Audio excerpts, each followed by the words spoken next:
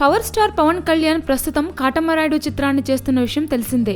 ఈ చిత్రం talkie part దాదాపుగా పూర్తయింది. ఇక ఈ సినిమాకు సంబంధించిన పాటలను విదేశాల్లో చిత్రీకరించబోతున్నట్లుగా వార్తలు వచ్చాయి. అయితే తాజాగా చిత్ర యూనిట్ సభ్యులు తర్వాత షెడ్యూల్ ను వైజాగ్ లో జరపబోతున్నట్లుగా ప్రకటించారు. వైజాగ్ లో వేసిన ఒక సెట్టింగ్ లో పాటలు మరియు కొన్ని సీన్స్ ను కూడా చిత్రీకరించబోతున్నారు. ఈ నెల చివరి వరకు అక్కడే చిత్రీకరణ జరపబోతున్నారు. అంటే విదేశాల్లో షెడ్యూల్ లేనట్లేనని తెలుస్తోంది. ప్రస్తుతం పవన్ కళ్యాణ్ రాజకీయాలతో చాలా బిజీగా ఉన్నారు. ఈ సమయంలో విదేశాలకు వెళ్లడం కుదరని పని.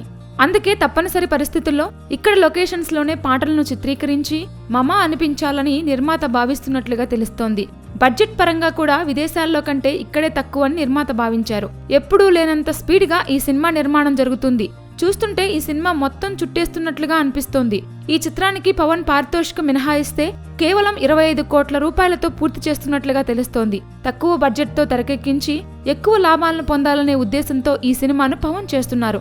లాభాల్లో పవన్ షేర్ తీసుకోబోతున్నారు. Please subscribe. Hi, it's me Purna. Please subscribe.